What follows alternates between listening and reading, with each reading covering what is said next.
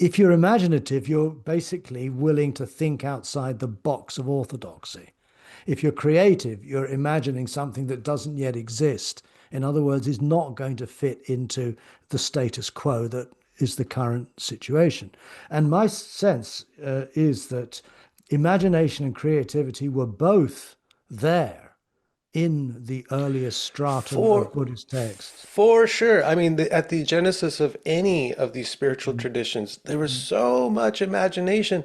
Then at mm. some point, people said, "Nope, that's the way it is." Exactly. That's what happened. And then at that point, the imagination and creativity become, as it were, sidelined. And that's one of the reasons when, towards the conclusion of this book, I rephrase the Buddha's Eightfold Path, in which I restore imagination to its rightful place as a necessary step within that path, and likewise creativity as essential to the establishing a foundation for not just your spiritual life, but your whole life.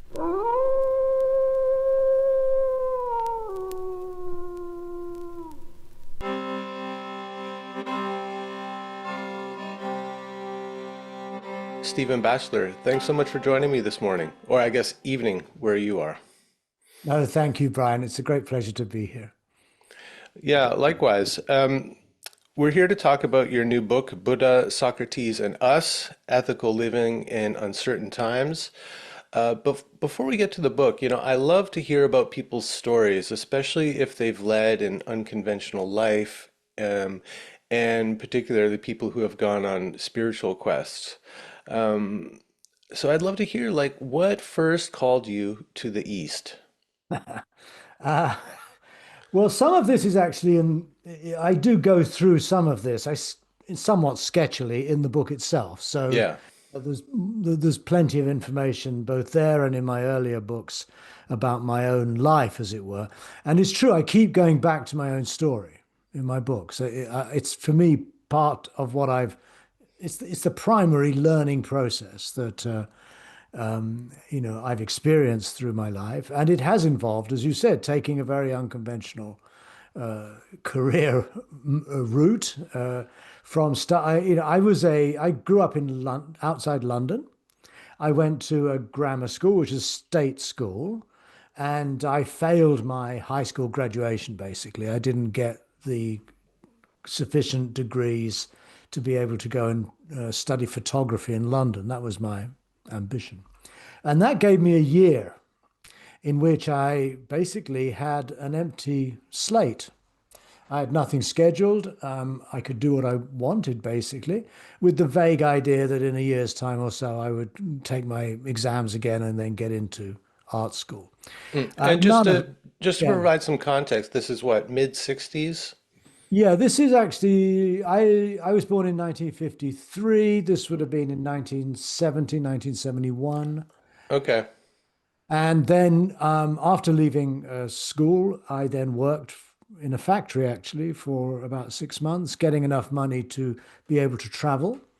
And that was my longing really was to get out on the road and go and explore Europe and maybe further afield. But once I got out into once I got into Europe and started hitchhiking around, I soon realized that the drift of most young people traveling at that time, inspired very much by the counterculture of the 1960s, was to head to the East.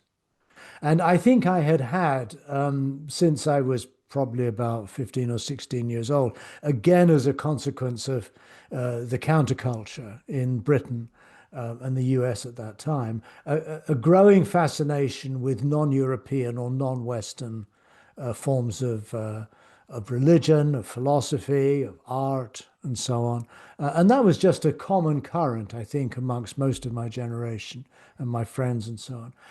But relatively few of us actually made that fascination become reality by, getting on a bus, getting on trains, hitchhiking, and going overland through Turkey and the Middle East and Iran and Afghanistan and Pakistan until finally, after 6 months of traveling, I crossed the Indian border. This was September 1972. And straight away, I went up into the hills to Dharamsala, where the Dalai Lama and his community of exiled Tibetans were living at that time. And almost immediately, I was drawn into a course on Buddhism that just started giving in Dharamsala to Westerners. And from that moment on, I've not done really anything else except explore Buddhist philosophy, practice Buddhist meditation, but perhaps primarily try to make sense of what this Buddhist tradition might say to people living today. I'm not Hmm. interested in Buddhism as an historical artifact. I'm interested in it because it's somehow, from the very earliest days in my exposure to Buddhist ideas, I found it somehow spoke to me. I'd not been brought up religious at all. I was not raised as a Christian. A sort of vaguely secular humanist family was the one I came from. But I did feel that that secular background left me with questions that were not really being addressed. And I found that my encounter with Buddhism and particularly my exposure to not only Tibetan teachers and lamas, but also to ordinary Tibetan people, refugees that I met at that time. Uh, I found that I was engaging with a community, with a way of life, with a way of thinking that was quite foreign to me, Hmm. having grown up in North London. And that really started my entire journey on this path, which has been continuing now for more than 50 years. Yeah, So you I'm stuck to now it. I've stuck to it, yeah, and I've not perhaps in the way that my teachers would have expected, Well, yeah, I because want to get to that. So let me try something out on you. I think that, and this is something I don't hear really talked about or addressed, but I think what attracts us to a particular spiritual tradition, a big part of it is the aesthetics of the thing. Mhm. And I don't ever, maybe it just sounds too superficial for the spiritual types to actually acknowledge, but I think that's a big part of it. Like for me, it was like being drawn to the images of Hinduism that got me into yoga at an early age.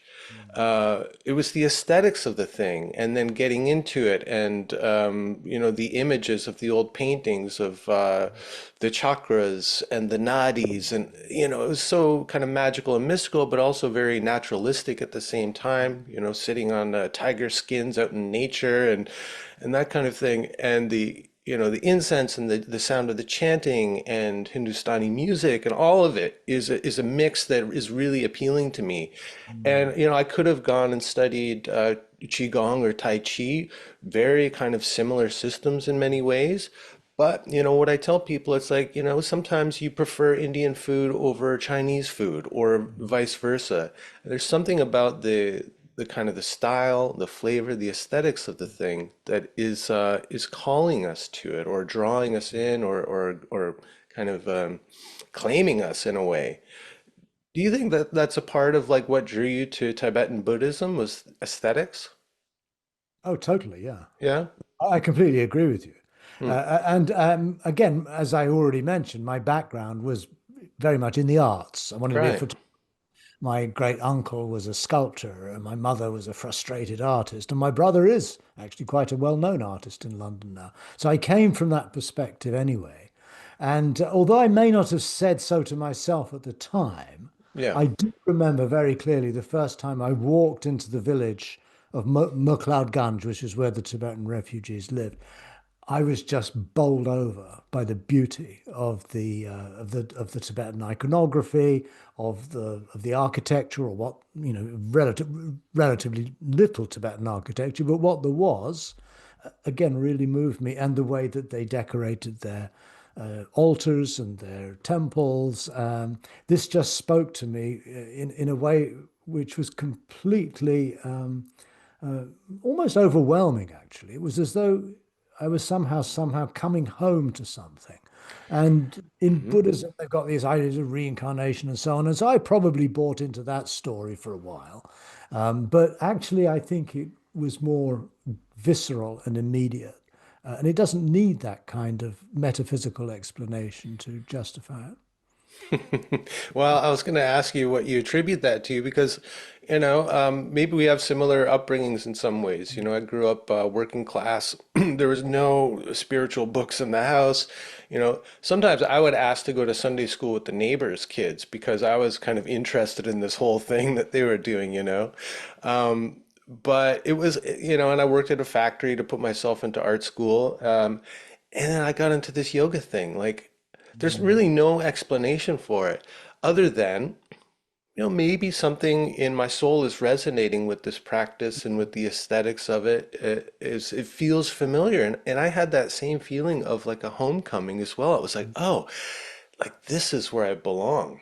I Yeah, belong in the mix of all of this. no, I felt exactly the same.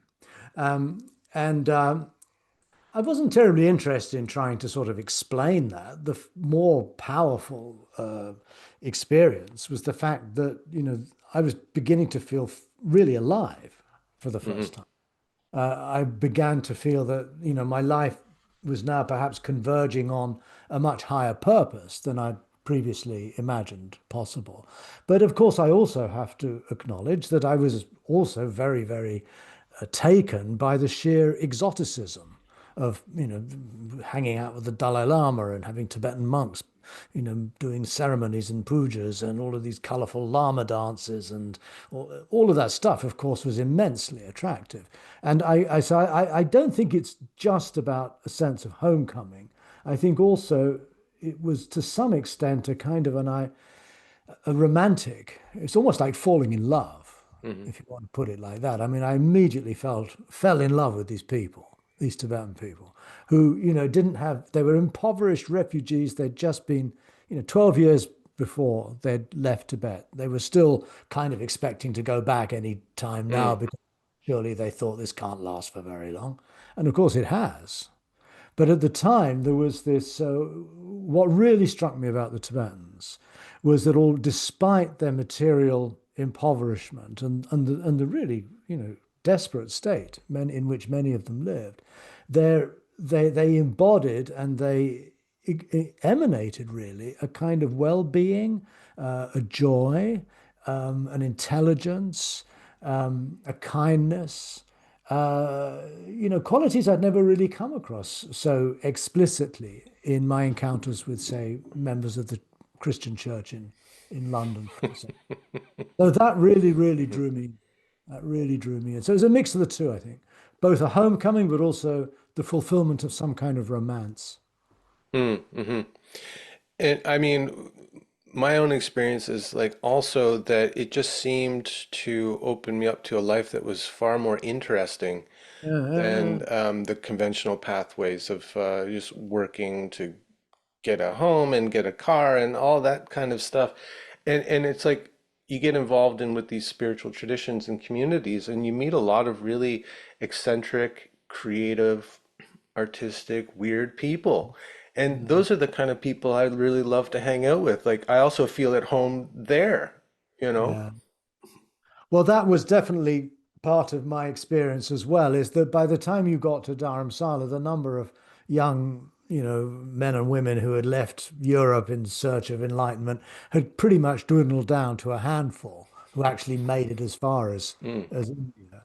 And there was an incredible sense of camaraderie, of being in something, not just for one's own personal interest, but you felt that you were kind of part of a cultural or a communal engagement or discovery or exploration of something really unknown. Because in those days, I mean, nowadays you can, there's hundreds and thousands of books in English on Buddhism now, and I'm adding to the pile as we speak. But in those days, there was virtually nothing. You could probably have read every book in English on Buddhism quite easily within a few weeks or months. There just wasn't much around. And so what we were discovering, and I say we, meaning those of us who were in Dharamsala at that time, a cluster of people, many of whom have remained friends up until today. I'm mm, still in touch with them. But there was a small group. We were all equally committed, equally fascinated. And I did feel that we felt that we were kind of like on We were like explorers who had, Hmm. in the 19th century, would have maybe set out to explore some country in darkest Africa. And here we were effectively doing the equivalent. We were being invited to explore a culture, a religion, a practice, a way of life about which the West really knew nothing. And we certainly had no idea, apart from some of our romantic ideas. And so it really was a journey of discovery, a step into the unknown. And that, I think, added to the sense of excitement almost and enthusiasm. And wow, this is really amazing what we're doing. Yeah. I think there's something like so deeply archetypal about that um, desire to be initiated into Mhm. an esoteric order or set of practices that isn't really met in the West, especially in like the Anglican Church, let's say. Not a lot of kind of mystery there. It doesn't have the quality of a mystery school, but I think there's like something that is really alive in a lot of us, maybe all of us to some extent, but some of us, it's really prominent, that desire to be initiated into a kind of a secret tradition or order. Yeah. Um, I'm not so sure. Yeah, I guess that probably played a role because the Tibetans, I mean, Tibetan Buddhism does contain within it an esoteric tradition of Vajrayana practice and so on. And we did, of course, get very curious about these secret teachings that the Tibetans had. But, and I can remember actually somewhat, not so happily remember, there was a kind of a competition as to who got the best initiations and who got hang out with the coolest lamas and all that stuff. And I feel a bit embarrassed about all of that now. That was rather silly and I think rather immature. Yeah. And also, what I found, in fact, was the teachings that spoke to me most in Tibetan Buddhism were not the esoteric uh, teachings that required initiations and into mandalas and all of these things. And I did do a lot of that stuff, but to be quite honest, at the end of the day, I found that it didn't really speak to me very directly at all. And I was much more taken with the broader philosophy of life and the ethics uh, and the contemplative practices that didn't involve visualizations and deities and mandalas and whatnot. And that's one of the reasons I eventually moved away from Tibetan Buddhism because its practices, its so-called higher practices, did not really work for me. Hmm. Yeah, it ended up for me, that kind of initial infatuation with the esoteric, secret teaching quality of yoga and tantra. At the end of the day, what ended up sticking was like the really practical things. Yeah. These really simple technologies of breathing and moving, and just some awareness about how my attachment to myself and all that creates suffering and all of that kind of thing. But very practical at the end of the day. It's like what's going to help me navigate my life in a more kind of skillful way, help me kind of be connected to my body, my breath, and the world. That brings with it a lot of fulfillment. The term that came to me as like the kind of highest ideal for a practice was santosha, which merely means contentment. It's Mm. not some like high spiritual aspiration, but it's like to be content. And that's Yeah. when you describe those Tibetan people who are very poor, their material circumstances are very challenging, but the way you describe it, I imagine that there was what you maybe felt was a contentment with the lot that they were given in life. Well, that's kind of what I certainly felt at the time. But when I look back on it now, I also recognize that I didn't really appreciate the fact that most of these Tibetans were probably also deeply traumatized. Hmm. I think that somehow, in a sense, it was the contentment and the smiles and the kindness and so on. In a way, I wonder whether they were also a kind of a disguise to not reveal the deep hurt and abandonment and trauma of having been evicted from your country from one day to the next, basically, and finding your way over the mountains in which many of your friends and families would have died, to not have the possibility to perhaps of ever returning to your home and your family. And I think we sort of post hippies, ex hippies, not so post hippies who were in Dharamsala at that time. I don't think we really registered that, and I don't think the Tibetans also showed that Hmm. so openly. But yeah, I think we didn't really fail. I think at some level I failed to really appreciate the catastrophe that they were going through. But nonetheless, the image that they presented, which I'm sure was completely in good faith, I mean, they were embodying their values, was nonetheless something that resonated very, very deeply with me. And it was only later when I got to speak Tibetan more fluently and when I got to know actual, individual Tibetans as friends, that that darker side of their experience became more palpable to me. So Mm. it was both Mm. yes, I was inspired by their way of being, but it also slowly grew into a sense of sadness and compassion for what they'd been through. Mm. I mean, it's interesting. I don't know if I've thought of this before, but I imagine that if you're raised in a culture that has, where you're raised to have a completely different relationship to yourself, to,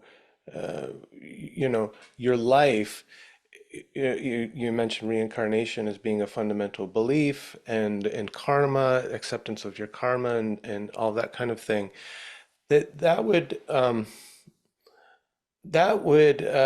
play a large part in how you're affected by a traumatic event. Versus in Mm. the West, individualism, no sense of reincarnation, no sense of karma, that kind of thing. It's all about me.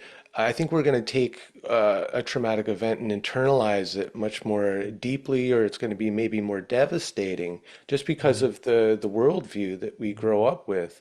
I mean, would you say that that's the case from what you've experienced with Mm. people?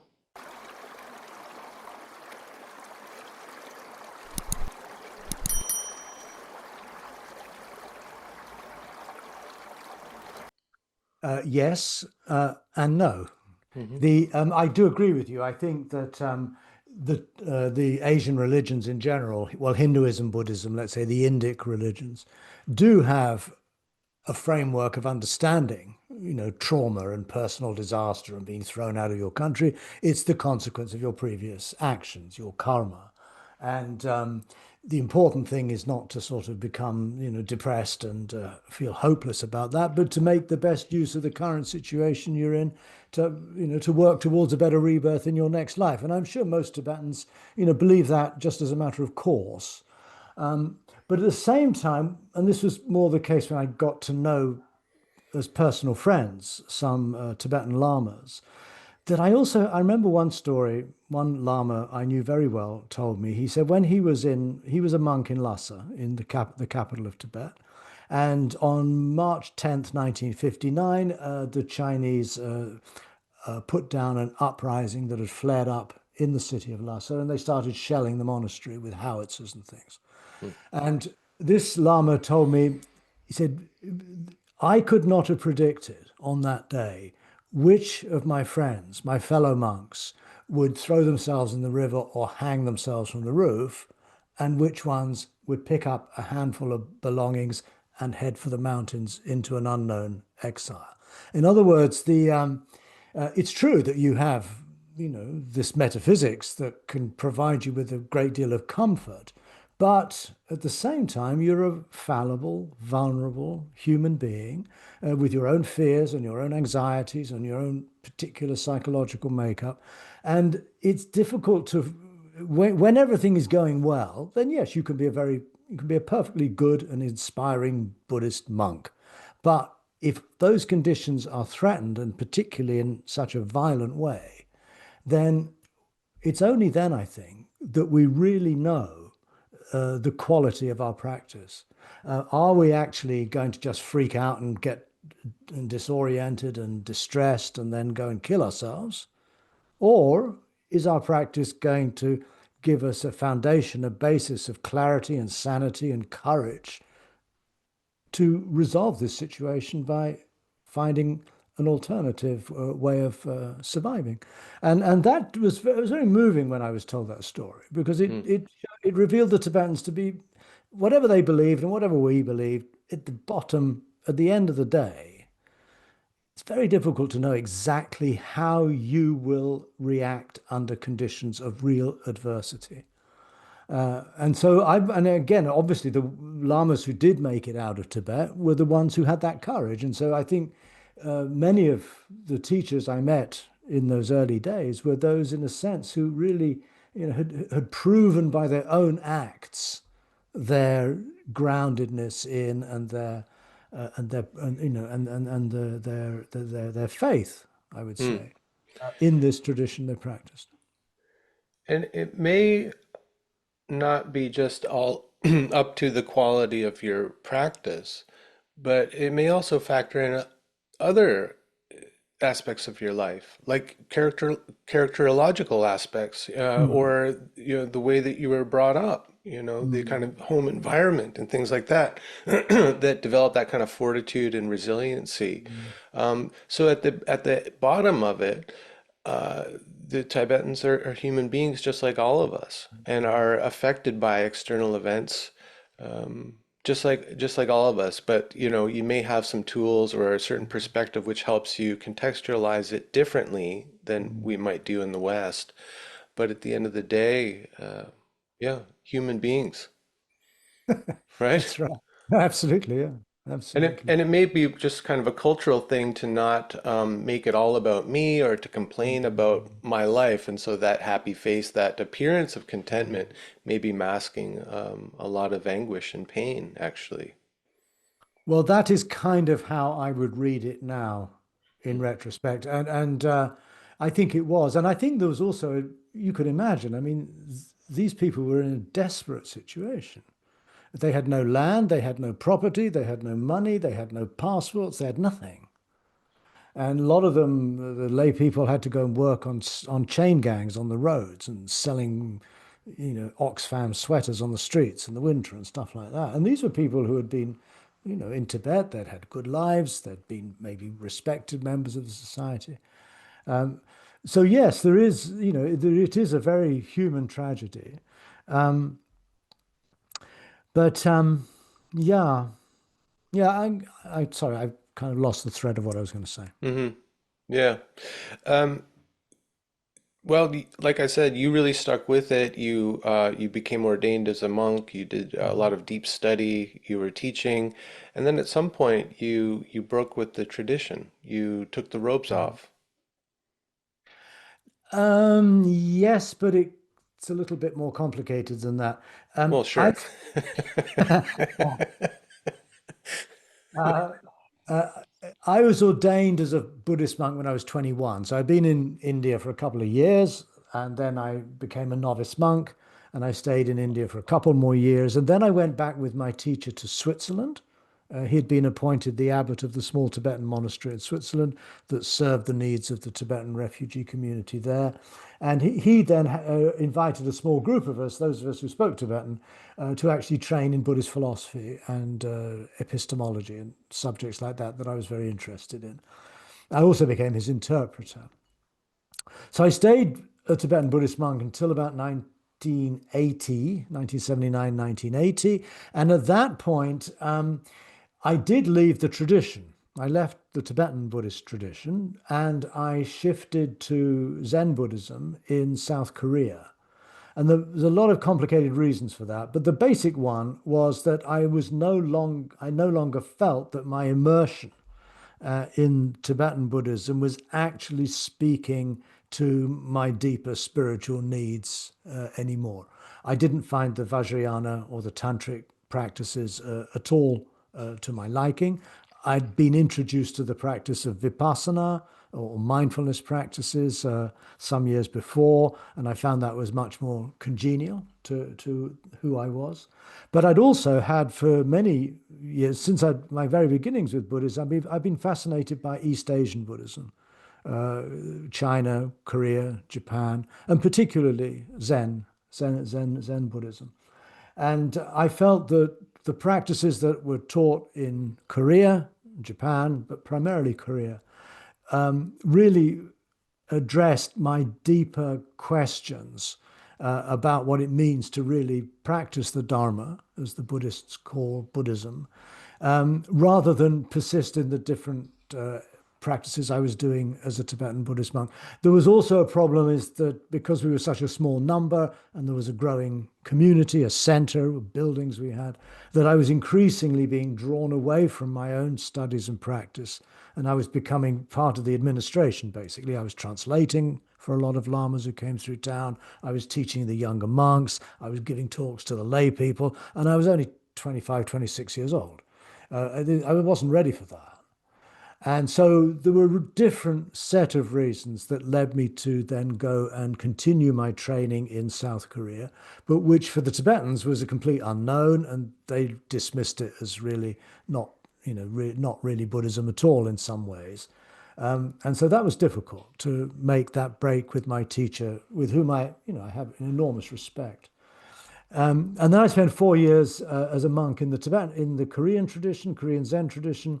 And it was the same set of vows. So all I did was change the red robes for some gray robes. And I stayed there for another 4 years, doing fairly intensive meditation training. And at the end of that, after my teacher had died in 1983, I then decided to come back to the West. I disrobed. I got married to my wife, who had been a nun in the same monastery. And we set out on our own secular path, as it were, no longer part of any Buddhist tradition, and certainly no longer as priests or monks or nuns, and began that whole part of my life, which has been about how do I translate these experiences I've had and what I've learned into ways of life, philosophies, therapies, meditation practices that can actually engage people who have no knowledge or interest in Tibet or Zen or Korea or anything like that. And that's what I really see my work has primarily been about. Hmm. As an outsider, tell me if I'm kind of seeing this wrong, but to me, Tibetan Buddhism is a lot like Hinduism, and it's very kind of culturally vibrant. There's a lot Hmm. of imagery, there's a lot of metaphysics involved. It's got a lot of culture kind of Mm. baked in it or baked in with it, whatever. Whereas something when I see the Far East practices, a lot of that seems to be kind of well, it seems to be a distillation where there's more focus on the actual practice than there is on metaphysics or the kind of the all the cultural baggage stuff, the Mm. tankas, the robes, all that kind of thing. Like you said, you went from like red saffron to like gray. And there's something about that. There's like a kind of Protestantism of the Eastern practices. The farther east you go, the kind of more distilled, cleaner culturally they get, which seems to make them more adaptable from my Mm. view. I mean, would you say Yeah. that's the case? Again, yes and no. I think there is. I mean, Zen was, in its origins, a rebellion against the kind of heavy-handed Indian Buddhism that had been introduced to China some centuries. Really? So it was actually like the Protestant Reformation in some Oh, ways. yeah, yeah. I think Huh. there was no, when Buddhism first went to China in about very early on, about the time of Jesus. Then they introduced Indian Buddhism pretty much as they had found it in India, much in the same way today. Westerners have studied Tibetan Buddhism in India, come and build Tibetan monasteries in Canada or wherever. And so, yeah, the first 3 or 4 centuries of Buddhism in China, it was very much modeled on the different schools of Buddhism in India. But at about the 7th or 8th century, there was a kind of an abreaction amongst the Chinese to all of this complex theorizing metaphysics, different world systems, and all of this stuff. And they said, enough. We want to get back to the questions the Buddha himself was struggling with when he sat beneath that tree. Hmm. What is the meaning of this life? To actually just strip away all of this these incredibly complex systems of thought, and just to return to the primacy of what it means to be a human being, a sentient being. And that I think was as much was in some senses a return not just to something primordial in Buddhism, but I think it reflected also the sensibility of the Chinese as it would have been formed by Taoism in particular, Zhuangzi, Lao Tzu, and Zen Buddhism, you could say, is really a Taoist version of Buddhism, or you could even say it's a Buddhist version of Taoism. Either way, it works. So Zen Buddhism kind of broke with the formality of the Indian traditions and returned in spirit, really, to the inspiration from its own, traditions that go back again to about the time of the Buddha, but in China. And that I think is what gives it its rather pared, stripped down qualities, which you can see in the art very easily. I mean, there's Hmm. a difference between a spontaneous brushstroke making up a Chinese character on a piece of rice paper than a highly detailed Tibetan tanka describing all of these different deities. So Yeah, there is, totally. It's like the difference between an Enso circle and an intricate mandala. You that's know, right. both are circular forms, kind of representing wholeness in some way, but one is just like direct and to the point, one gesture, ponk, ponk, in the moment. And the other one is like labored over for, who knows how long.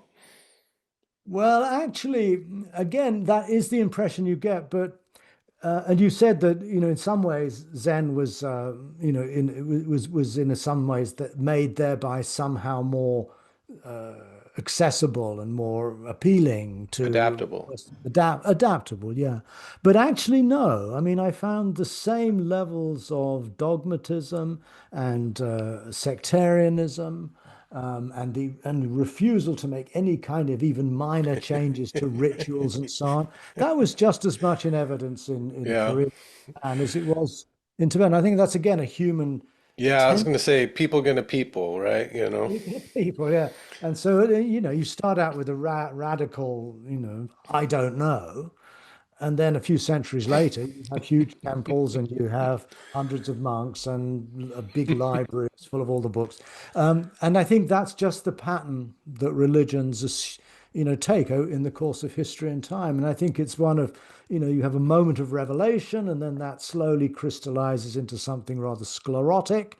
And then that triggers another reaction that then brings you back to say something more fundamental, something more universal in what it means to be human. And then that begins another trajectory that also reaches a sort of sclerotic place. And I think you see that in Christianity, you see it in probably all religions really. And that's what marks them really as living traditions. Mm. That they grow and they emerge and they interact with society and then they get stuck and then they have to be reformed and started again. And I think what we're doing, what we're experiencing now in the West, or I think more accurately, really, within our global village that now really encompasses the whole of the earth. I think we're at a turning point here. Buddhism is no longer, or Hinduism is no longer isolated to some particular geographical region in Asia. It's now all over the world. And people are being drawn to these practices. And look at yoga or mindfulness, one starting in Hinduism, the other in Buddhism, and they've now gone viral, basically. And you can Hmm. have a yoga studio anywhere in the world. You can find a yoga studio or a meditation center now. So something's happening. And what that is, I don't know. But I think it is a very healthy move that's indicative of people, really looking for fresh ways of addressing the kinds of sufferings and crises the world faces. Hmm. Yeah. Probably 10 years ago or so, I taught yoga in China. Ah, And it was a wonderful experience actually, because it kind of gave me a new perspective on the yoga I was teaching, and I felt it became for me more kind of Taoist. I found yeah. myself using more images of nature when teaching the practice. It was wonderful. They immediately got it, a very kind of naturalistic sense of how to breathe and move in unity, and they just picked it right up, and it was beautiful. There was like a softness, less of an angularity to their practice that I just could observe, and really affected me. It was nice. But yeah, they were really interested in this other practice, which to them seemed as exotic as Tai Chi does to a Canadian, you know? Yeah. Yeah. And I love that cultural exchange that's happening. It's like all of these trade lines are really opened up across the globe. And, I mean, Christianity is becoming more popular in places like in China and Africa and so on. So it's happening like, yeah, it goes all ways, really. Yeah, absolutely, it does. Um, I guess, some of that backstory was helpful because I think your own what would we say? Like heterodox approach to Buddhism, or I think you've got a kind of a rebellious spirit. You're going to be questioning things and not just accepting a doctrine and being a good follower for your rest of your life. You've got this something in your character is questioning and testing things out. And that's a quality shared by these two figures who feature in your new book, who you bring together, Socrates and Gotama, aka the Buddha, which I don't like to use those kind of honorifics with people. So I think you prefer to call him Gotama as well. And it Mm. was interesting. You kind of introduced them both by talking about them as men, as humans, as Mm. people. Yeah, And yeah. I like that approach. And I felt like a kind of a kinship with them once I actually, beyond I mean, especially with the Buddha, he's become a kind of a deity in a way. But when you get down to who he was as a man and kind of imagine his life, and the same with Socrates, uh, I felt like a lot of kinship with them. Mhm. Well, that's absolutely right. I mean, when I was studying both as a monk, both with the Tibetans and with in Korea, I had very little, if any, sense of the Buddha as a human being. The Buddha was an icon. The Buddha was he was acknowledged as having lived on earth at some point in the distant past, but there was very little interest in what he actually said as a person or what he would have been like as a person. In fact, the Buddha is represented in all Buddhist traditions as this kind of strange figure with the bump on the top of his head and the long ears and the weird body shape and all that stuff. And most Buddhists, 99% of Buddhists throughout the last 2,500 years, actually believe that that is what the Buddha looked like. He didn't look like an ordinary human being. He looked like the Buddha image, as it were, that we see. And that's one of the things that, again, I struggled with a lot. And perhaps this is because of my own background as a Christian, well, as a post-Christian, as it were. Um, I was much more interested in trying to sort of get an historical sense of who this man was, what kind of society did he live in, what are the social, economic, political conditions of his life. And I, I think in some of that I was inspired by work that was being done as early as the 19th century by biblical scholars trying to figure out, who was the historical Jesus? Because they went through a very similar phase around Mhm. that time, from Jesus as the Son of God, who's virtually sort of unimaginable, to the figure of this suffering Christ that you get in the New Testament particularly. But nonetheless, that tends to get iconized, and Jesus on the cross and all this stuff. But to try to sort of figure out, who was this guy? Who was this man? And as you say, this I feel is necessary if we're going to think of for the practice of Buddhism, for example, not as the worship of some quasi-deity who's really a being we can't really identify with at all. How would that work if we began to humanize this figure of the Buddha? And stop calling him the Buddha and call him Gautama, which was his family name. That's all we know from the earliest texts. With the Siddhartha Gautama is a later invention. There was no Siddhartha mentioned in the early texts. Just this Mr. They actually said Bo Gautama, Mr. Gautama. Is how he's actually referred to in Pali, Really? Mr. And I've it's not only in this book, but actually in two or three of my earlier books, I've explored a great deal the Pali text to try to extract the little bits of the human figure that are Right, the still the fragments, yeah. fragments that are still there. And I think, there is enough data in those earliest traditions to build up a reasonably good picture of what kind of society he came from, what the social economic background was. And to some extent, you can get a sense of his personality, but you don't get it to anywhere like the same degree as you do with Socrates or with Plato or Aristotle or Aristophanes or whoever in the Greek tradition, because we have from the Greeks the whole works of Plato. We have Xenophon, we have Thucydides, Herodotus, these texts that were written at that time in the 5th century BC that have come down to us intact. There's nothing comparable in Buddhism or Hinduism for that matter. That we have texts that have been largely recollected orally, passed down through generations from one monk to the next. And in the process, the thing has become streamlined. It's become somehow more impersonal and less human in a way.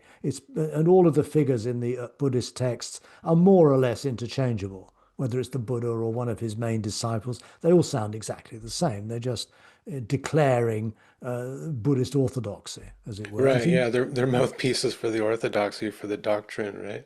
Yeah. Um, you know, I don't really hear this story often where a Westerner is called to the East, really commits themselves to, that spiritual tradition, makes their life from it, their livelihood from it, and then comes back to the West. But something called you back to the West and specifically Greece quite late in your life. And I'm curious, like, how did that come about? What was it about Socrates that beckoned you to spend some time with him and imagine his life? Well, in some ways, it was a continuation of my curiosity about Gautama. And Hmm. I'd done this, and what I did, in fact, when I was researching Gautama's life, I spent a lot of time in India itself, going to the various places we know that he taught and lived and worked, to try to get a sense, a much more vivid sense of the environment in which he lived, the physical, natural environment. So I spent a lot of time just listening to the birds, looking at the trees, Mm. smelling the air, to get a sense of this. This is all that remains of what we know for sure about the life of this man, is that he lived in a place like this. And it's very much the same. If you've probably been to Uttar Pradesh and Bihar and these places in northeast India, where I like how you say that. No, I've never been to India actually. I've never been to India. No, Oh, no. oh, I thought when you were talking of your yoga practice, you had been there. Well, okay, but in any No, case, The India of the mind I've been, the India of the mind. But so in that sense, I'd already embarked on this attempt to somehow deconstruct a kind of iconic figure, the Mm. Buddha, and recover what is arguably a reasonable estimate of what this person was actually like.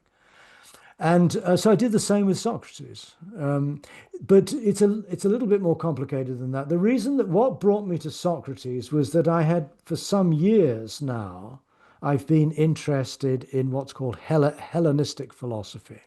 And you've probably heard of the Stoics and the Epicureans and the Skeptics. These were schools of philosophical practice that emerged in the century after Socrates and after the Buddha, in the 4th century BC.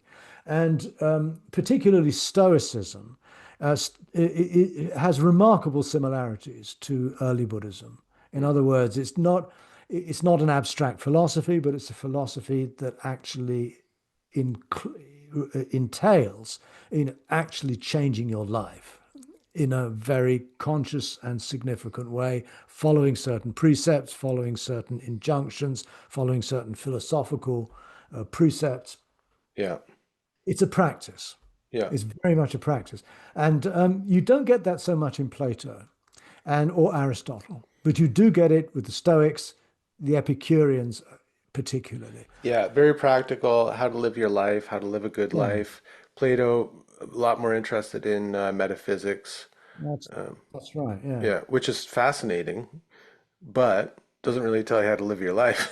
No, well, it doesn't. But again, you have to, when you read Plato, you have to differentiate between Plato's transcendental idealism, his theory of forms and all of this Platonic philosophy, and the figure of Socrates, who doesn't, although he sometimes is the mouthpiece for some of these Platonic ideas, it becomes quite clear when you read these dialogues, that there's also a Socrates who really is not someone interested in those kind of thoughts at all. In fact, in what are called the Socratic dialogues, the ones that are distinctively in the voice of Socrates, or at least as Plato ventriloquizes Socrates, you very often end up, the dialogues end up in what's called an aporia, a kind of a suspension of thought, Hmm.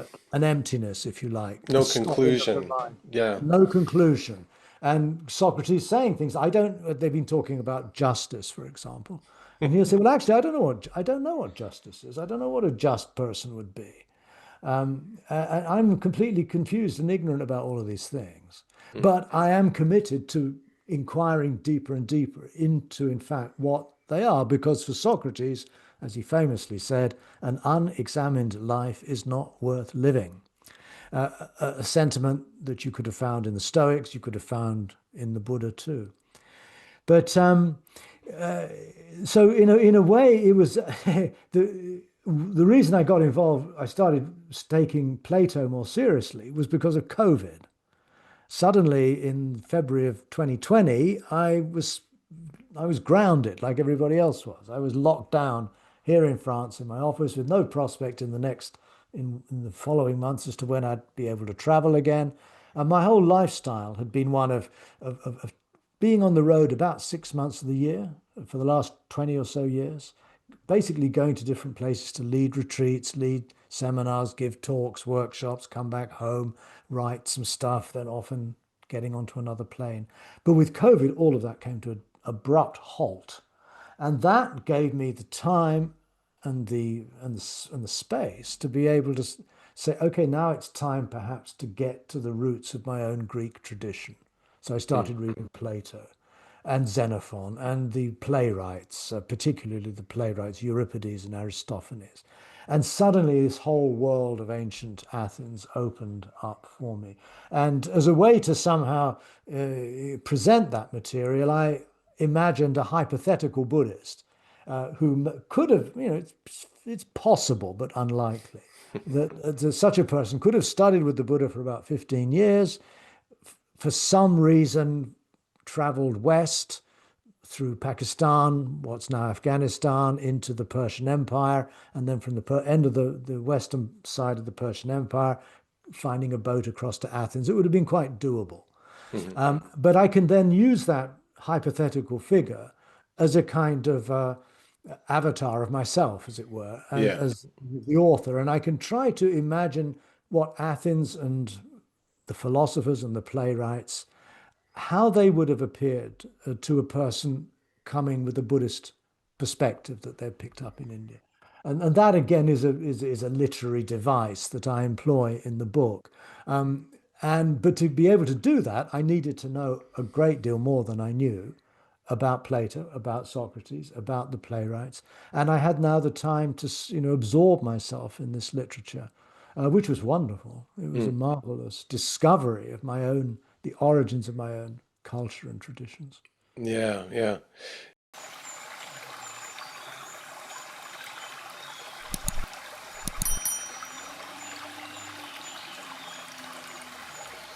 Yeah, it's nice. I had a similar kind of thing, going east, being really enamored with all of that, and then coming to the Greeks later and finding in Iamblichus or even Pythagoras very kind of similar things to what I was drawn to in the yogic practices with chanting and the ritual and breathing exercises actually and kind of visualizations, and that all comes up with the Greeks, the Mhm. pre-Socratic Greeks actually. Mhm. Just a side note, you ever read Peter Kingsley's book, A Story Waiting to Pierce You, about the Mongolian shaman who goes to Greece and kind of plants this seed for what flourishes? I started reading it. Somebody recommended it to me, but I thought it was so You thought it was bunk? off the wall. Yeah, I think it's basically nonsense. It's a It's, very imaginative nonsense. Uh, yes, it's a cool story, speculative fiction perhaps. yeah, it's speculative fiction. And of course, it does actually point, it's not impossible. Yeah, right. And I think we do tend, as modern Western people, to think that if we don't have actual hard evidence of something having happened in history, then it obviously didn't, we can't say it happened. Hmm. But that's an incredibly narrow way of looking at the past. As I think Carl Sagan said, absence of evidence is not evidence of absence. In other Yeah, words, just because you don't have evidence that there were plays perhaps being performed at the Buddha's time, that doesn't mean there weren't plays performed at the Buddha's time. Just because you don't have any data that you can point to or anything inscription on a piece of rock, that it's very tempting to think that these people were just, very simple farmers or didn't have any culture because there's none of it that's come down to us. I think that's nonsense. I think we fail hugely to recognize the extent to which there was intercontinental communication going back long before the Buddha and Socrates. There was maritime trade between Egypt and India, 2000 BC. hmm, There was people walking across the Silk Road and from India through Persia to Greece all the time. hmm, There was traffic, there was communication, and you find, for example, you find in the Buddhist Jataka tales that are stories about the Buddha's previous lives, and they're probably written, after the Buddha's death. But you find the same stories reappearing in Aesop's fables with the Greeks, except they've got a Greek, they're all done with Greek names and Greek details. So I think there was a lot of exchange of stories, probably. I don't think there would have been exchanges of complex philosophical ideas, but definitely there would have been a communication of stories, of tales, of great people from the past that would have been shared between these different cultures. But very, very, very little has actually survived and come down to us. But that is no reason to think that there was nothing going on. And I right, suspect there was a lot more going on than we imagine and we can possibly know now. And so that I think does help explain that. I would even go so far to argue for there having been a kind of Buddho-Hellenic culture that extended from Greece all the way to Afghanistan, northern India, the Silk Route, the countries along the Silk Road, possibly even going as far east into China itself. Greek was often the lingua franca of these early Buddhist schools. There are in Pali, there is a well-known text that recounts a dialogue between a Buddhist monk and a Greek king. I mentioned that also in the book. So there was a lot of exchange going on. mm, And that I think is what accounts for the funny feeling you have that, hey, wait a minute, I've seen this somewhere else. But another way we could look at that is the more Jungian type way, which is basically all of these different people in these different places were basically asking similar questions and responding, not because they'd heard something from a traveler who'd yeah, been to the West, but they're basically responding from the same archetypal foundation of their psyche that is common to all humanity, from what Jung would have called the collective unconscious. That's another way of seeing why human cultures, very geographically distinct and remote from one another, can still come up with very similar ideas. hmm, yeah, that there's some kind of shared field. But again, the problem with the collective unconscious theory is that it is metaphysical in a sense, Hmm. um, which I found there's a bunch of things that I found really interesting reading your book. First of all, it never clicked to me that Socrates and Gotama, the Buddha, were contemporaries, that they were living and working in the same period. That in itself is a kind of a mind blower and leads me to, kind of go to that Jungian route and go, well, of course, there's something going on in the collective, in the zeitgeist of the period, and these figures like pop up with like very similar or resonant ideas, and they're both kind of tradition breakers in their own way. They're renegade spirits, and you talk about them as kind of fraternal twins, these spiritual brothers, uh, which is very interesting. And I guess like and they both also, one of the things you point out is they both kind of didn't want anything to do with metaphysics, Yeah, that's right. right? Absolutely. They're focused on like, okay, well, yeah, yeah, whatever, who knows? But like Mm. what's important is how this is affecting your actions and the way that you view the world. And I'm thinking of like somebody who I really appreciate, Yuji Krishnamurti, who is a Hmm. very anti-guru, renegade.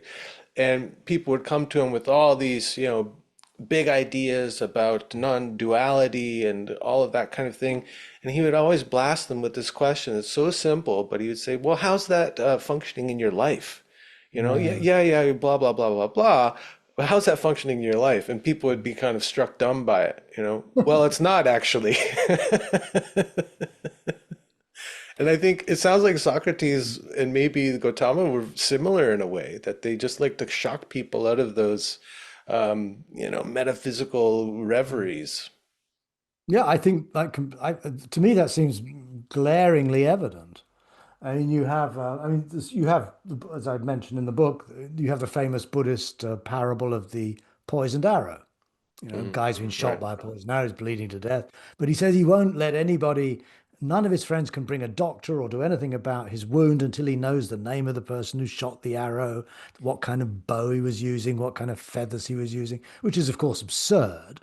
But that's just how we deal with metaphysical questions. Metaphysics allows us to speculate endlessly about, why do I suffer, for example, or what gave rise to the universe. And so the Buddha in this parable is saying, you know, the person who's been shot by the arrow could spend the rest of his life trying to get all the answers to his questions, and meanwhile he would die. And likewise, he says, people who will not practice the Dharma because until they know what is the origin of the universe, what's the end of the universe, are the mind the same, mind and body the same or different, and so on and so forth. There's about 14 questions that he refuses to deal with. Classical metaphysical questions. The only thing that matters is pulling out the arrow.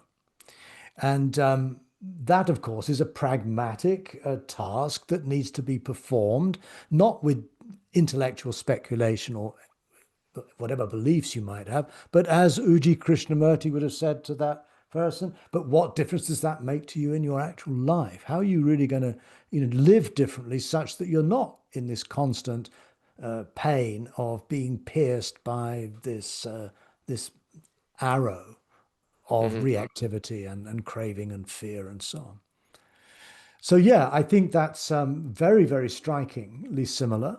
That both and Socrates the same. I mean, it seems that Socrates started as a younger man pursuing questions of what we would think of now as a kind of naturalistic philosophy, a proto-science, trying to understand the nature of the physical world and so on, which was a big thing both for the pre-Socratics and later for Aristotle.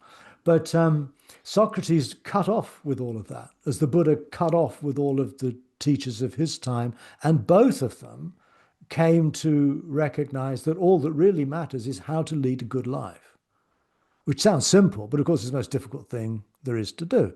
And well, even to understand what that would mean. Yeah, that's what I was going to say. Yeah, what does it mean to lead a good life? That's a whole exploration unto itself. Like, what's really Yeah, important to you? What do you really value? that's right. And then beyond yourself, what does it mean to live a good life? In other words, as you've just said yourself, what do I value? It all boils down in the end to ethics. Hmm. And ethics doesn't mean morality, in my understanding. Morality is basically what all societies have and all religions have, usually presented as a set of rules or commandments that you're expected to follow broadly or use as guidelines to your life. But ethics is really the practice of becoming the kind of person you most aspire to be. It has to do with what your values are, what your goals in life are, and how you can lead a life, both psychologically, in terms of your communication, in terms of your work, that can embody and bring into being those values that you regard as essential to what a good life would be. And that, of course, is a practice. And we find that approach characteristic both of the Buddha and of Socrates. But in both cases, their followers tended to lose sight of that. And they preferred instead, as Plato then went on to do, develop highly complex metaphysical theories. And the followers of the Buddha, likewise, they soon erected these complex systems of Abhidharma, as they're called, highly detailed classifications and categorizations of all of the ideas the Buddha had and how they all tie together. It's extremely abstract, the sort of things that men with little else to do would find amusing in a monastery, for Look, example. I was gonna say this is seems to be a total male phenomenon that I witness, and like when I work with people, it's always the men who are so caught up in the metaphysics of the thing and would rather spend time talking about, all of these issues rather than like what's actually going on in their life, what they could do to change it. It's like a distraction, and I'll tell people like metaphysics can really fuck you up because it Mm. can be so kind of fascinating, and you can really feel like you're doing something, like you're really figuring something out that's like incredibly important. But at the same time, like there's your life, Mm. you know? Well, I think that's, in a sense, what really broke the back of my Tibetan Buddhist career, is that I found myself, getting involved in extraordinarily abstract metaphysical ideas, which were fascinating. Yeah, It became more and more evident that they were making really no difference whatsoever to how I actually lived in the world. And I found that actually alienating and actually deeply disturbing when that became evident. right. It's not as though I mean, the Tibetans will say the same. I mean, it's not as though the Tibetans are teaching you to, forget about what you're doing in your life, but, understand this complicated metaphysical idea. No, there's plenty of instructions in all forms of Buddhism saying, for example, the Tibetans have an example of saying, it's no good just reading the label on the medicine bottle, you have to take the medicine itself, which is clearly making that point. It's no good knowing all about medication. You have to apply it. You have to take it. You have to, go into therapy or whatever it is. So that's there, but there is this, I think, and I think it is a male thing. I think there is a tendency amongst groups of celibate men stuck in monasteries with nothing else to do, is they tend to go down the track of either extreme metaphysical theorizing, or they get into extremely advanced and deep and difficult states of meditative absorption, which I think is also missing the point. Right. Both are kind of an escape from material Both are, reality. yeah, Hmm.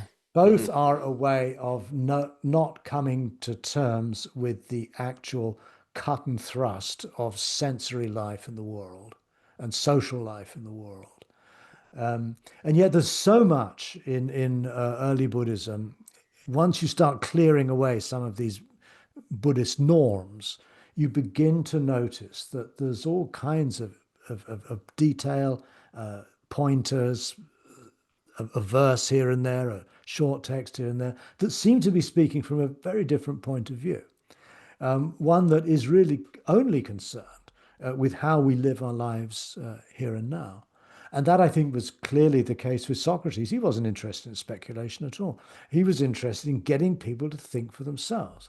He described himself someone a bit like the Buddha. He says he feels that his role on earth is to be a gadfly that will awaken the sleeping horse of Athens. Now that's exactly the metaphor of awakening. I mean, in literally the same words.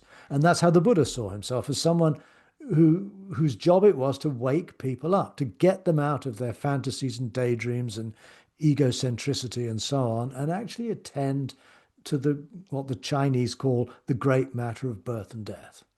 You've been born, and the only certainty you have is that you're going to die. What are you going to do? Yeah, and that That to space me in is between. Yeah. it's that space in between. How do I live between my birth and my death in a world in which, as far as I know, I could be dead tomorrow? In other words, how do I live on the cusp of the now with a vision for the future and a body of learning and insight drawn from the past? How do I translate all of that into an appropriate action now? Like I'm speaking to you, you're speaking to me. This is our practice, I would Hmm. say. It's not Hmm. what we're talking about. If we can't embody it in the way we communicate, then we're kind of stepped away from what really matters. And again, we're slipping and veering back towards a purely abstract sort of theorizing about these things.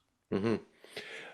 Ethics are an interesting consideration because, I think a lot of people have this idea that ethics are kind of rules of right and wrong, Yeah. you know?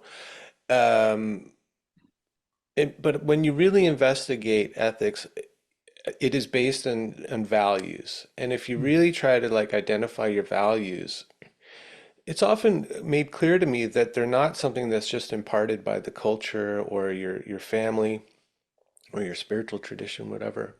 But they are kind of innate to the human being, which is why eventually, we get to something like a universal value. Mm. And we find it in all different cultures that this thing, this like truth is so central. Um, and then I wonder, well, why is that? And I think there must be something evolutionary about it. Mm. That just as human beings to get along on this earth, there is something about this that has to do with our survival and thriving. No, I completely agree with that. In fact, there's a very good book called The Origins of Virtue by a biologist called Ridley, I think. I read it many years ago, but he argues quite convincingly that as social animals, um, morality is an adaptive behavior. It's a selective behavior. In other words, um, you won't find a single religious or spiritual tradition that says it's good to kill, it's good to steal, it's good to rape, it's good to lie. So, and they are the four primary Buddhist precepts. And Well, I'm not sure. I mean, this MAGA religion that's sorry, which one? the MAGA religion, the ma Well, I don't quite think that qualifies as a religion. But Oh, okay. let's say of the traditional religions of the world, Yes. historical religions of the I'm world. just being cheeky. Yeah, I know you're being cheeky. And it's not a bad point. And of course, these traditional religions, even though they do not, they'll say do not kill, that doesn't mean they don't go Right. out and kill. Yeah. That's another story. But the point is, there seems to be something evolutionary about human survival that the communities and individuals within those communities are more likely to thrive if they don't live in communities that kill, steal, rape, and lie. In other words, these values, I think, have been selective. And that, I would argue, is the basic common ground of morality in all cultures. Ethics is somewhat more, is something more than that. Ethics comes from the Greek word ethos, which means something like character. In other words, your ethical practice is framed within the bounds of basic human morality, which is arguably evolutionary in its origins. But it then says, okay, given that I'm not going to kill, I'm not going to steal, I'm not going to lie, I'm not going to rape anybody, but then what should I do? Yeah. How should I live? And that's ethics. Ethics is the responses you have to those kinds of deep questions. What should I do with my life? Hmm. And then you get more subtle virtues like, justice, for example. Whether justice emerges through evolution or not, I don't know. Or moderation, or generosity, all kinds of things that could constitute an ethical life, but are not necessarily evolutionarily selected. Yeah. I mean, the Greek view would be that they're kind of given as part of your character, right? Yes. And Mhm. so some people are going to value beauty more than truth, and they may be Mhm. aesthetes or artists, right? That's right. Mhm. But there is something about those values that they're all interrelated.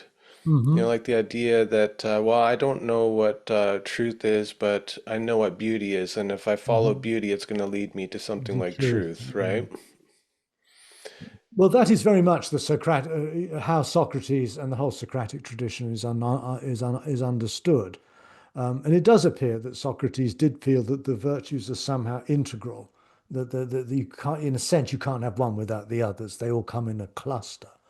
And I think similarly, you'll find the same in Buddhism as well. But both Buddhism and later Greek thought recognized that individuals and communities differ considerably one from the other. That, as you say, that some will be, inclined more towards a life of, let's say, as an artist, another more as a business person, another more as a Hindu caste system is based on the Well, same I mean, ethical. you saw it in ancient Greece, right? The difference between Sparta and Athens at the same Mhm. time period. Very different kind of ethics and values between Yeah, those. no, that's true.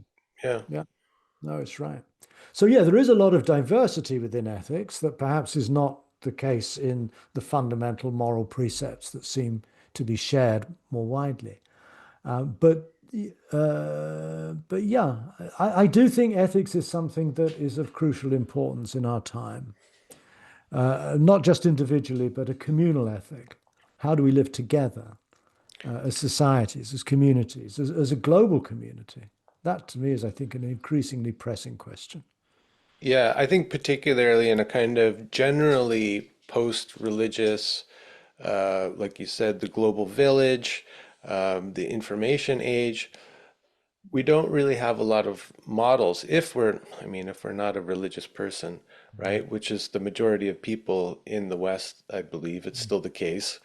Although uh, conversions are on the rise, I hear, but I think we're still in the majority.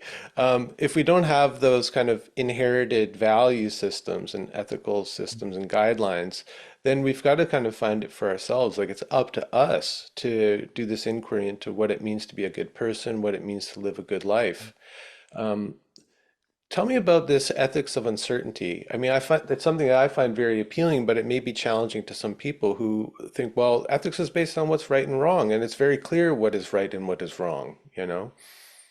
Well, morality is, yes, but ethics is not. Ethics, eh, Well, I mean, isn't it ethics at the end of the day about doing the right thing? yeah, but that's the whole challenge, isn't it? Because Yeah, we cannot actually know ever what the right thing is. And because for the simple reason that we cannot foresee or predict the consequences of what we say or do. In other words, uncertainty is baked into ethics. It's not one ethics amongst other forms of ethics like feminist ethics or legalistic ethics. But right. uncertainty is because I think any significant decision or choice or judgment that you have to make, one that really matters for you, not just some trivial thing, should I go see this movie or that movie, but rather, my career, for example, or my marriage, it really important matters.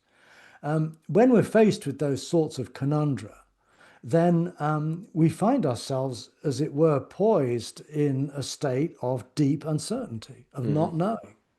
And we're also aware that we're unable to foresee what the consequences will be if I do A or if I do B.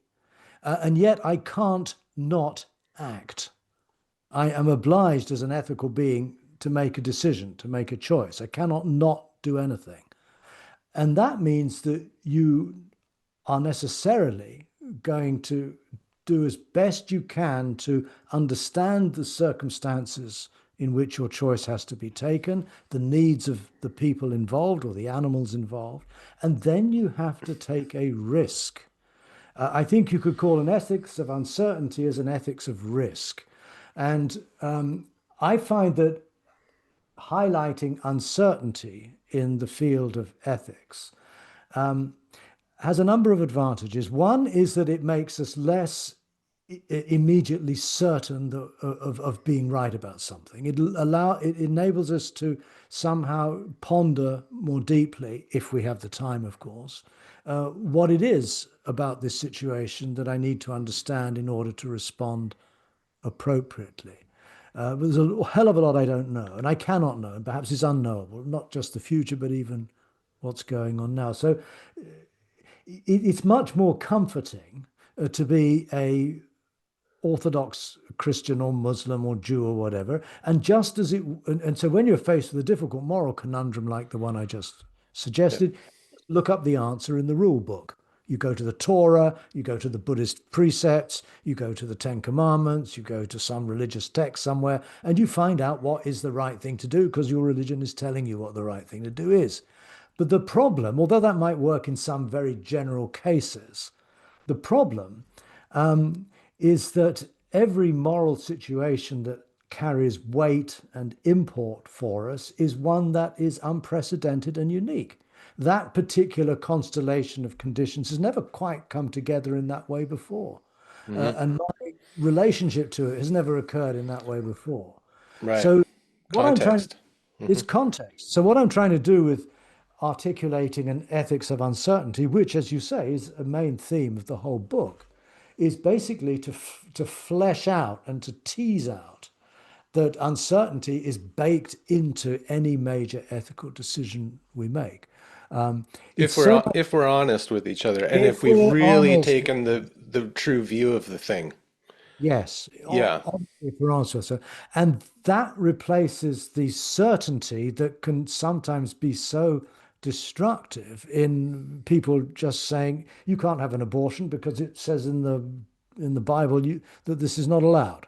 Yeah. So end of story. You just and it can be cruel. No room To, for context, no room for ambiguity. Yeah. Like I think the certainty is often a defense against the anxiety that's yes, provoked by uncertainty. exactly. Right. It's But like the but we security blanket. it is a and we cling to our certainties.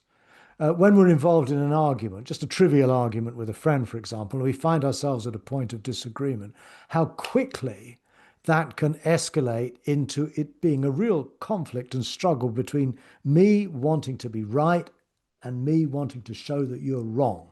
We really hold on to some of our most cherished ideas in a very, very tight way.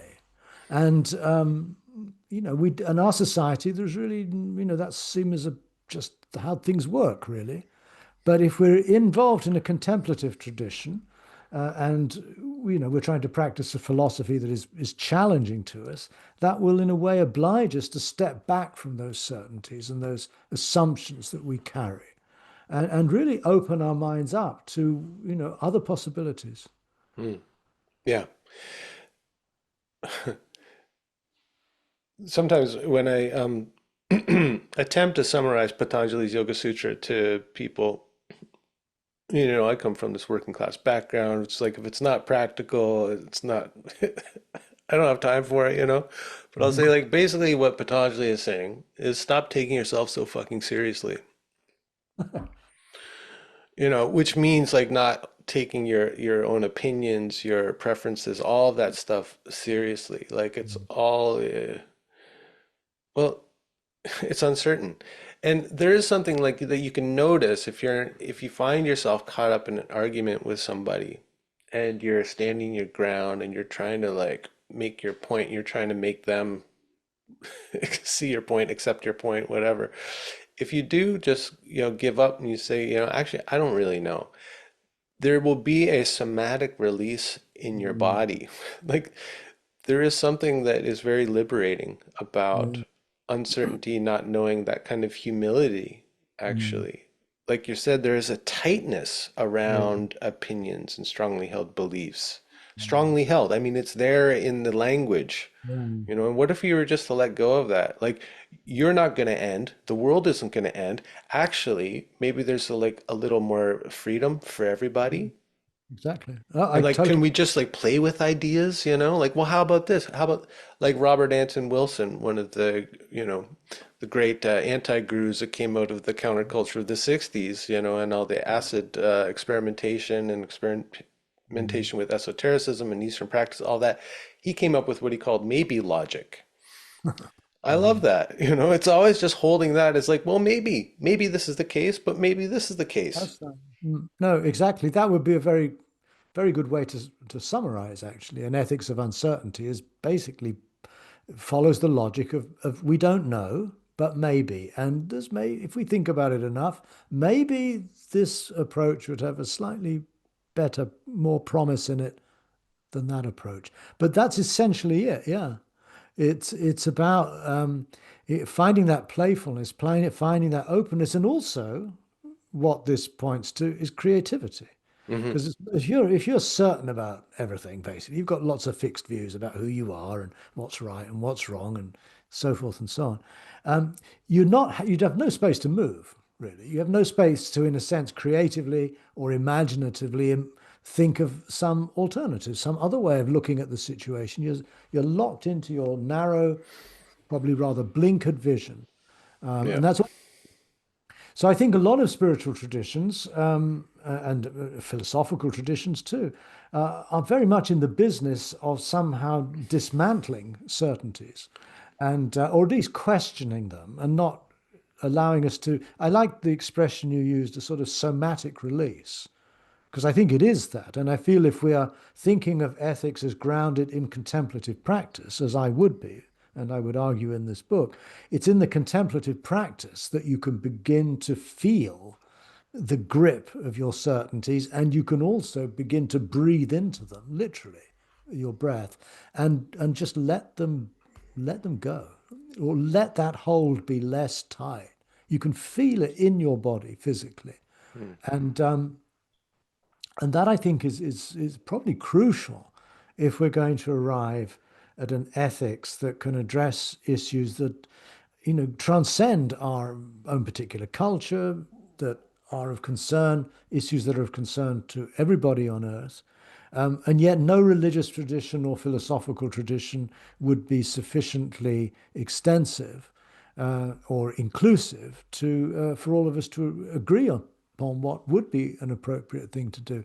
We need to sort of let go of some of these personal and collective certainties and to really return to the primacy of questioning and curiosity and wonder and awe. That I feel is in danger of being lost because we are so taken up with what we are convinced is true, and because that is endlessly amplified in the echo chamber of social media and the internet and so on. Mm. And this ethics of uncertainty, like you point out in the book, it takes imagination. One of my kind of philosophical heroes is the renegade psychologist James Hillman. And Oh I think yeah. it was in his book, A Terrible Love of War, that he points out all these examples Mm, where in media, uh, where the explanation for a given conflict was mm, always attributed to a failure of imagination. Whether it mm, was World War II or the Vietnam War, uh, non-psychologists, non-psychologically minded people were recognizing that these conflicts were the result of a failure of imagination. mm, And I think that pretty much says it all because like when we're talking mm, about any kind of conflict, an argument mm, with a friend or the conflict in the Middle East currently, or the kind of polarization in America between the right and the left, the conservatives mm, and the liberals, it's always, I mean, what it comes down to is a failure of imagination. And mm, imagination is what allows us to empathize, right? mm. Yeah, To exactly. Mm, imagine another person's perspective or imagine how something I might say or do will affect another person. mm, It's key to everything. And I mm. wonder, why is an imagination so more central to spiritual practices? Do you want? Well, the answer to that to me is quite obvious because the imagination is dangerous, because Yeah, creativity is dangerous, because the spiritual traditions are in the business of preserving something unchanged for as long as they possibly can. They're not going to encourage people like you and me, for example, to start, to encourage us to be imaginative, creative. If you're imaginative, you're basically willing to think outside the box of orthodoxy. If you're creative, you're imagining something that doesn't yet exist. In other words, is not going to fit into the status quo that is the current situation. And my sense is that imagination and creativity were both there in the earliest stratum for of Buddhist texts. for sure. I mean, at the genesis of any of these spiritual Mm, traditions, there was mm, so much imagination. Then at mm. some point, people said, "Nope, that's the way it is." Exactly. That's what happened. And then at that point, imagination and creativity become, as it were, sidelined, uh, forgotten, and then often Exiled. Actually, I think in Buddhism, what happened is that they got misrepresented as something else. Well, yeah, exactly. They get kind of denigrated in a way. Yeah, Right? Like it's oh, it's just like well in the West, the idea of fantasy being a bad thing, whereas the Greeks saw that as a special kind of yeah, imagining, right? exactly. Imagining these forms and all of that. But at some point, it gets denigrated, and it's just imagination or it's illusion, and you're making things up, and it's getting in the way of clear seeing and this kind of Yeah. stuff. The Mm-mm-mm. dogma against imagination is pervasive in all of these different traditions, East and West. That's correct. And that's one of the reasons when, towards the conclusion of this book, I rephrase the Buddha's Eightfold Path, in which I restore imagination to its rightful place as a necessary step within that path, and likewise creativity as essential to the establishing a foundation for not just your spiritual life, but your whole life. Your ethical life, yeah. To be Your able ethical. to respond creatively to a Yeah, given situation, exactly. right? Exactly. That's the only true authentic ethics, I think. I would agree. Yeah. Absolutely. Yeah. Because a rule can't apply to all the situations and the complexity of every single No, it's situation. There's no absolutely way. impossible. You got to be creative. You got to take risk, like you said. Yeah, absolutely. Yeah, I love that. I mean, it's such a trickster move to take the Eightfold Path and do the kind of the subtle twisting and turning that you've done to it, to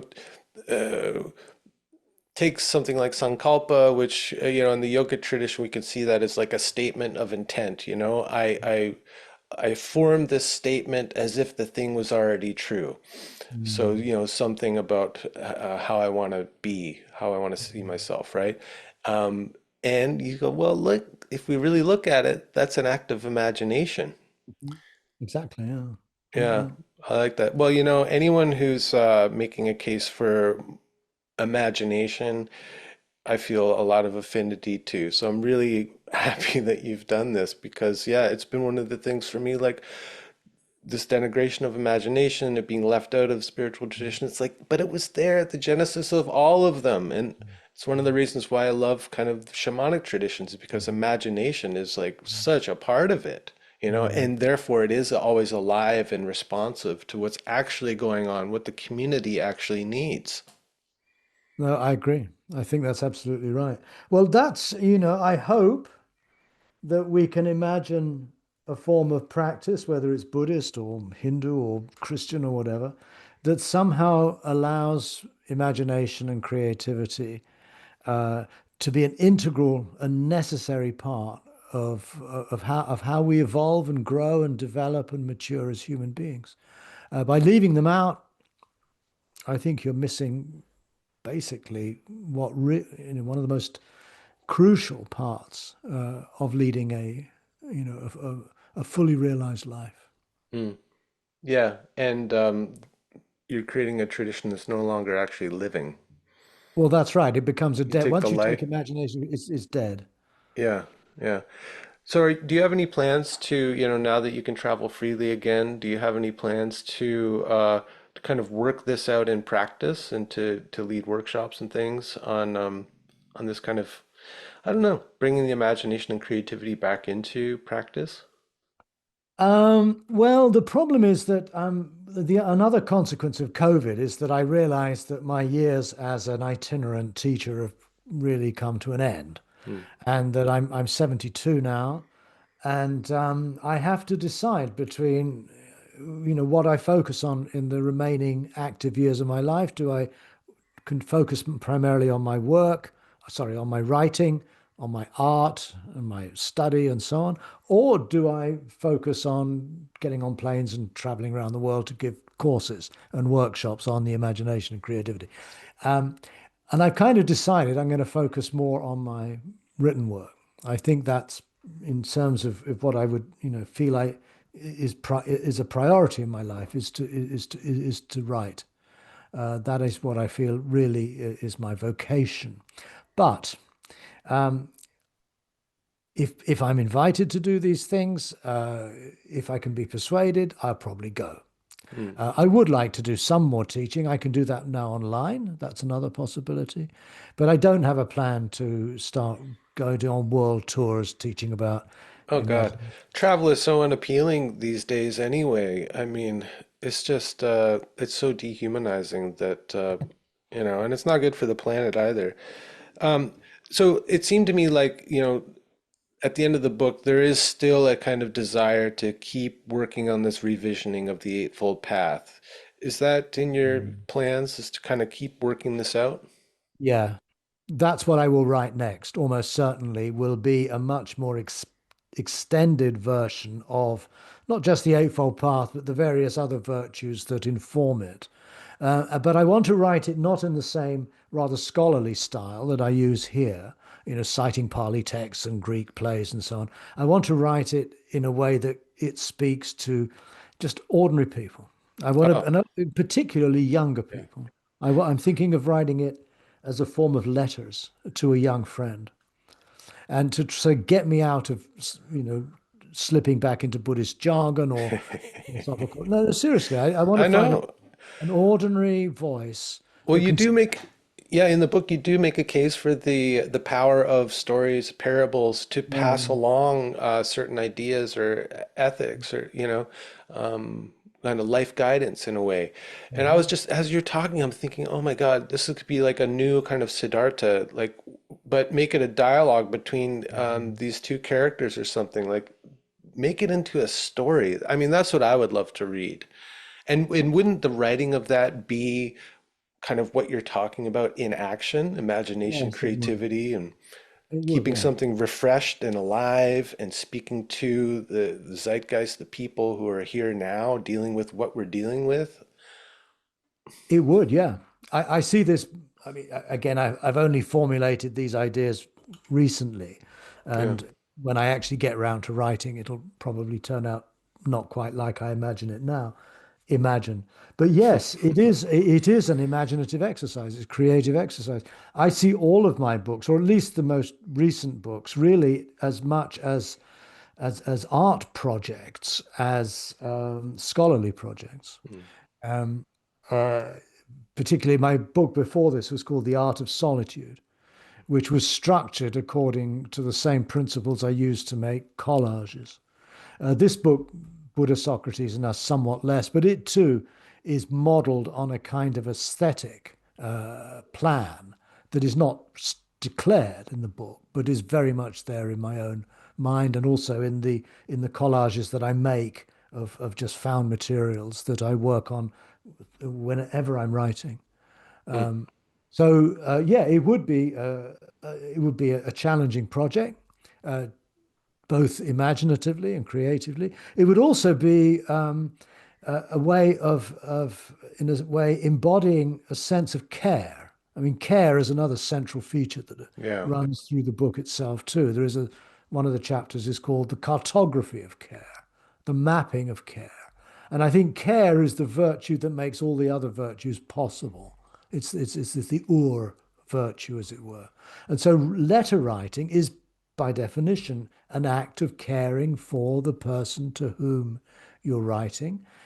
It would enable me to not only to talk about imagination, creativity, and care, but as you've pointed out, it would actually be an enactment of imagination and creativity and care too. So, and that I think a dialogue is not a bad idea either, to fictionalize it perhaps as a dialogue between the Buddha and Socrates, for example. You could almost imagine that.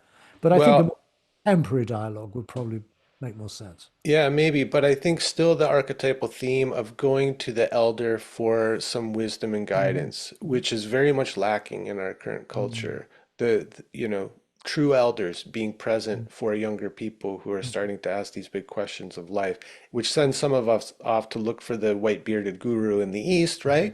But Mhm. I mean, to somehow evoke that as well, and then Mhm. you are that actually, because your care for the younger generation is is probably at the core of the impulse to do keep doing this work at your after That's written right. so many books. Why write another one? Well, because there's young people who are dealing with all kinds of issues, and I think some of this stuff that we're recovering from the traditions and adapting it and twisting it, and keeping it alive, uh, could help them, Yeah, right? absolutely. Care for themselves and then care for this world.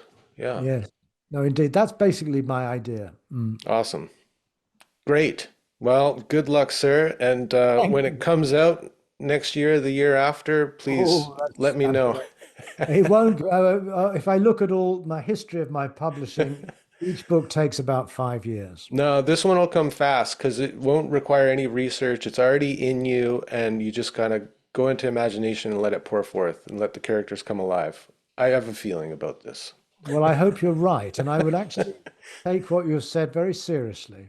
I will, because I've had that feeling too, that Mm, I probably don't need to start, doing a lot of research. I just need to start writing these things. So thank you cool. for that encouragement. And when the book is, if it gets written, when it gets When it published, gets written, I'd be very happy to continue our conversation then. look, let's turn it into a Sankalpa, like. All right, Stephen, I really enjoyed this. Thanks so much for making the time to speak with me. Yeah, it's been a pleasure. Well, thank you, Brian. I've also really, really liked our discussion. It's been very natural, very fluid, and hopefully to you who are listening into it, you may also find something that might speak to you as well. So thanks. Yeah, Thank for sure. Take care. you too. All the Cheers. best. Ciao. Bye. Ciao. Bye bye.